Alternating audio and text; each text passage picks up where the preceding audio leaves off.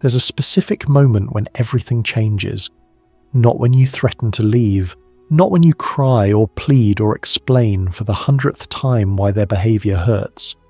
The real shift happens in the quiet, when you stop typing that long message, when you don't check if they've seen your story, when your hands finally stop reaching across the void. For you, this moment feels like surrender, like admitting defeat in a war you never wanted to fight. But here's what most people don't understand. For the person who pushed you away, your silence doesn't land like relief. It lands like an earthquake. Welcome back. Today we're going deep into the psychological landscape of the dismissive avoidant mind, mapping exactly what happens when you truly let go.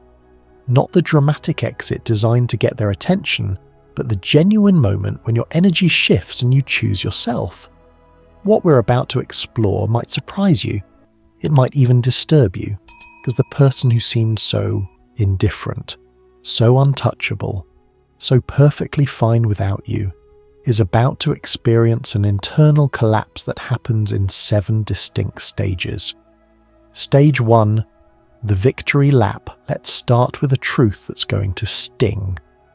In the first days and weeks after you stop pursuing them, the avoidant doesn't feel sad, they feel victorious. I know that's not what you want to hear. You're imagining them staring at their phone, missing your good morning texts, regretting their coldness. But that's not their reality yet. Their reality is relief so profound it feels like oxygen after drowning. Here's why. When you were in their life, loving them, needing them, asking for connection, their nervous system registered your affection as a threat. Not because you were dangerous, but because intimacy itself triggers their deepest wound. Every time you asked where the relationship was going, their brain heard you're trying to trap me. Every time you wanted quality time, they felt you're suffocating me. Your love, as pure as it was, activated their fight or flight response constantly. So when you finally stop, when the texts stop coming, when the requests for connection cease, their stress hormones plummet. It's a biochemical event. Cortisol drops, dopamine surges, and they feel lighter than they've felt in months. They tell themselves a story that makes them the hero. I knew we weren't compatible. I made the right choice. They were too emotional. I'm better off alone. This narrative isn't just self-protection, it's self-preservation. They genuinely believe they've escaped something harmful. You'll see them on social media looking happier than ever. They're at the gym, hanging with friends, diving into projects. They're proving to the world and to themselves that they don't need anyone, that their self-sufficiency is their superpower. But here's what's actually happening beneath the surface. They're running on adrenaline. They're high on the drug of autonomy regained. This isn't happiness. It's the manic energy of someone who just removed a splinter. The pain is gone, so they assume they're healed. They don't yet realize that the splinter was holding together a wound that's about to open. This stage can last anywhere from a few days to several weeks, depending on how deeply they suppress their emotions. But make no mistake, it always ends. Because the human brain isn't designed for permanent disconnection. We're wired for attachment, even those of us who fear it most. And that wiring is about to short-circuit. Stage 2. The quiet expectation. Something subtle begins to shift around the 3rd or 4th week. The avoidant celebration of freedom starts to feel a little hollow, though they won't consciously acknowledge this yet. Here's what's happening in their brain. For months, maybe years, you established a pattern. You were the pursuer, the one who initiated contact, the one who tried to fix things when they broke. Even when they pushed you away, their subconscious knew you'd come back. You always did. This created a neural pathway, a deeply carved groove in their mind that said no matter what I do, they'll return. This unconscious expectation provided them with something crucial: security in their insecurity. They could be distant, knowing you'd bridge the gap. They could be cold, knowing you'd bring the warmth. Your predictability allowed them to maintain their walls while still feeling wanted, but now you've broken the pattern. The text they expected at 8 a.m. never came. The weekend check-in didn't happen. The birthday message, usually sent with hopeful affection, was absent. At first, they barely notice. They're too busy enjoying their freedom. But the brain is a prediction machine, and when predictions fail repeatedly, it sends up warning flares. They start having small, fleeting thoughts. They haven't reached out. I wonder if they're okay. That's odd. They usually would have texted by now. These aren't feelings of missing you yet. Not quite. They're more like cognitive hiccups, moments where the expected script didn't play out. During this stage, they might check your social media more frequently. Not obsessively, but casually, the way you'd check the weather. They're gathering data, confirming that you're still in your usual emotional state, still available if they wanted to reconnect. If they see you posting sad quotes or melancholy songs, their nervous system relaxes. Good, they're still processing the breakup, still thinking about me. The pattern is just paused, not broken. But if you're silent or worse, if you're posting about growth, new experiences, genuine smiles, something starts to nag at them. A whisper in the back of their mind that says maybe this time is different. They push it away quickly. They're probably just putting on a front. They'll break soon. But the seed of doubt has been planted, and seeds, given time and the right conditions, always grow. Stage 3, the ego bruise. We're now entering dangerous territory for the avoidant psyche. It's been 4 to 6 weeks, maybe longer, and you haven't cracked. You haven't sent the drunk text. You haven't shown up at their door. You haven't even liked their Instagram posts. The silence is starting to feel less like a pause and more like a statement. This is when their ego gets involved. And the avoidant ego is a fragile, complicated thing. On the surface, they project supreme confidence. I don't need anyone. I'm perfectly fine alone. But underneath that armor lives a wounded child who secretly believes they're fundamentally unlovable, defective in some core way that makes them unworthy of unconditional love. When you were chasing them, your pursuit actually soothed this wound without them having to do any emotional work. Your desire proved they were valuable. Your pain when they withdrew proved they mattered. They could sit back and feel important without the risk of vulnerability. But now you've removed yourself from the equation, and suddenly they're forced to sit with themselves. The questions start creeping in, usually late at night when distractions fade. Why haven't they contacted me? Have they actually moved on? Was I not as important as I thought? Notice the shift in focus. In stage 1, they were thinking about themselves and their freedom. Now they're thinking about you and your silence. This creates a specific type of anxiety that the avoidant isn't equipped to handle. It's not the anxiety of engulfment they felt when you were close. It's the anxiety of irrelevance. They start investigating more deliberately now. They're checking your Instagram stories within minutes of you posting them. They're asking mutual friends about you in casual, carefully crafted ways. Hey, how's so-and-so doing? Haven't heard from them in a while. They might even drive past places you used to go together, telling themselves it's coincidence but secretly hoping to catch a glimpse of you looking miserable. Because your misery would restore the natural order. It would confirm that they still hold power, that they're still the prize. But you're not giving them that confirmation. And this absence of validation creates a cognitive dissonance that's deeply uncomfortable. Their logical brain insists they made the right choice in creating distance, but their emotional brain is screaming, but why aren't they fighting for us? This is the stage where some avoidants attempt to test the waters. They might send a random meme, a song that reminds them of you, a "Hey, how are you" text at 11 p.m. These aren't genuine attempts at reconnection. They're ego checks. They're sticking their toe in the water to see if it's still warm, if you're still waiting. And here's where most people fail. They see that text, their heart leaps, and they respond immediately with enthusiasm, pouring out feelings and hope. The moment you do this, you've reset the entire cycle. You've shown them that the supply is still there, that they still have power, and their anxiety immediately drops. Often, they'll ghost you again right after, because they got what they needed. Confirmation that they still matter. Stage 4. The phantom memory. If you've held strong through stage 3, if you didn't take the bait of their breadcrumbs, something remarkable and tragic happens in the avoidant's mind. They begin to idealize you. This usually occurs around the 2 to 3 month mark. The brain has a fascinating feature called the fading affect bias. Essentially, negative emotions attached to memories fade faster than positive emotions for most people. But for avoidants, this effect is amplified. When you were together, their brain was in constant defense mode. It magnified every flaw, every moment of conflict, every time you asked for too much. This magnification was a survival mechanism, giving them permission to maintain distance.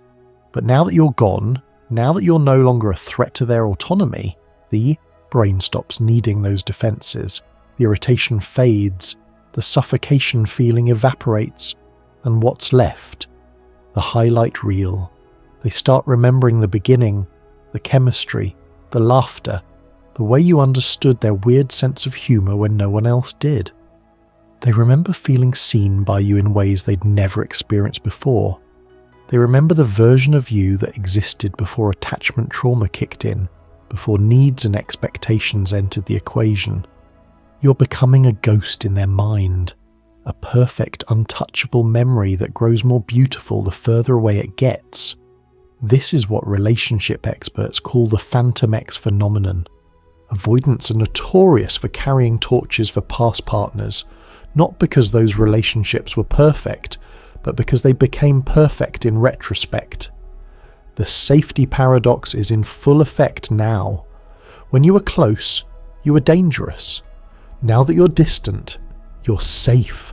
Safe to desire, safe to miss, safe to love, because loving you from afar requires nothing from them. No compromise, no vulnerability, no risk. They might find themselves in moments of unexpected emotion. A song plays in a coffee shop, and suddenly they're back in your car, your hand in theirs. They smell a perfume similar to yours in a crowd and their chest tightens. They have a good day at work and their first instinct is to tell you, before they remember they can't. These aren't full breakdowns. Avoidants don't collapse dramatically. But these are cracks in the armour, small fissures where feeling seeps through. The tragedy here is profound. They're falling in love with who you were, or more accurately with their edited version of who you were. But they're not ready for who you actually are, a complete human with needs and desires and expectations. They're in love with a memory that can never hurt them. And because you're maintaining your silence, because you're not there to shatter the illusion with reality, this ghost grows stronger every day. Stage 5. The comparison trap. Around this time, many avoidants try to move forward. They convince themselves that the solution to this nagging emptiness is to find someone new, someone easier, someone less complicated. They download dating apps, they go on dates, they might even start seeing someone casually, and this is where the collapse accelerates, because every new person they meet is instantly compared to you, and everyone falls short. They sit across the table from someone perfectly nice, perfectly attractive, and they feel nothing. This person doesn't know that they take their coffee black with 1 sugar. This person doesn't understand why they go quiet when they're stressed. This person hasn't earned the right to their vulnerability because you did that work already. You put in the time, the patience, the emotional labour to understand their complicated inner world. What the avoidant interpreted as drama when you were together, they now recognise as depth. The passion, the intensity, the connection that felt suffocating now feels vital compared to the shallow small talk of a first date. They realize something devastating. They're bored. The peace they thought they wanted feels empty. The simplicity they craved feels meaningless. They wanted space from intensity, but now they're drowning in the monotony of surface-level interactions. They start to understand, though they won't admit it yet, that you weren't the problem. You were the solution to a loneliness they didn't even know they had. This is when the real grief begins. Not the relief of stage 1, not the curiosity of stage 2. Real grief. They're grieving the loss of someone who actually knew them, someone who loved them despite seeing their worst, someone who was willing to do the hard work of loving an avoidant. And here's the cruel irony. The very thing that made you difficult for them, your depth, your emotional availability, your capacity for love, is exactly what they're now desperately missing. But their pride won't let them reach out. The shame is too great. What would they even say? I'm sorry I pushed away the best thing in my life because I was terrified of needing you. That's too vulnerable, too real, too much risk of rejection. So they suffer silently, scrolling through old photos at 2 a.m, reading old text conversations, torturing themselves with the memory of what they destroyed. Stage 6, the internal reckoning. This is the stage where the avoidant's carefully constructed reality collapses entirely. All the defense mechanisms, all the stories they told themselves, all the blame they placed on you, it crumbles. They're forced to confront a truth they've spent their entire life running from. The problem was never you. It was always them. This realization usually comes in a moment of brutal clarity. Maybe they're lying in bed at 3 a.m, unable to sleep. Maybe they're in therapy, finally being honest. Maybe they see you unexpectedly and the wave of feeling that hits them is undeniable. Whatever the trigger, the dam breaks. They see it clearly now. You weren't too needy. You were human. You weren't too emotional. You were brave enough to feel. You weren't trying to trap them. You were trying to love them. And they punished you for it. This is the core wound activation. Deep in the psyche of most dismissive avoidants is a belief that they are fundamentally defective, incapable of love, incapable of connection. When you were around, they could avoid this belief by projecting the problem onto you. But now, with you gone and thriving without them, the projection fails. The voice in their head shifts from "you are too much" to "I am not enough." I had someone who loved me unconditionally and I destroyed it. I'm broken. I'll always be alone. This is where some avoidants have genuine breakthroughs. Their pain becomes greater than the fear, and they finally become willing to change, to seek help, to do the work of healing their attachment, trauma, but others spiral deeper into shame. The guilt of what they've done becomes so overwhelming that they shut down completely. They decide they don't deserve to reach out. They don't deserve your forgiveness. They convince themselves that the kindest thing they can do is leave you alone. Let you find someone better, someone who can love you the way you deserve. Both responses come from the same source, the devastating recognition that they are the author of their own loneliness. That every time someone got close, they built the walls higher, and now those walls aren't protecting them. They're imprisoning them. Stage 7. The point of no return. We arrive at the final stage, the moment of ultimate truth. By now, months have passed. You've done the work to heal. You've rebuilt your life. You've remembered who you were before you became consumed with saving someone who didn't want to be saved. And the avoidant sees this transformation. They see you laughing in photos. They see you confident, whole, radiant. And it terrifies them more than anything else in this journey. Because your happiness without them proves what they feared most. They weren't essential. They were optional. This creates the final power inversion. Throughout the entire relationship, you needed them more than they needed you. Your need gave them control, gave them value, gave them purpose. But now you've proven you don't need them. You've proven you can not only survive without them, but thrive. And suddenly they realize what they've lost. Not just a partner, their safe harbor. The one person who saw past their walls and loved them anyway. The one person willing to do the exhausting work of understanding them. At this crossroads, two paths emerge. Path 1, they break. The pain of losing you becomes greater than the fear of vulnerability, and they come back with genuine accountability. They show up ready to do the real work, to enter therapy, to dismantle the patterns that destroyed the relationship. This is the rock bottom that creates transformation. But path 2 is more common. This shame becomes unbearable. They cannot face the mirror you're holding up. They cannot risk the rejection of reaching out and being turned away. So they retreat into silence, choosing to live with your ghost rather than face the real you. They'll carry you like a scar. You'll become the standard against which everyone else is measured, and everyone else will fail. They'll watch you from the shadows, loving you in silence, regretting in silence, paralyzed by the very fear that destroyed the relationship in the first place. It's a tragedy, but it's not your tragedy anymore. Here's what I need you to understand. Whether they come back or whether they suffer in silence, whether they transform or whether they repeat the pattern with someone new, none of that determines your worth. You didn't fail. You didn't give up too soon. You didn't love wrong.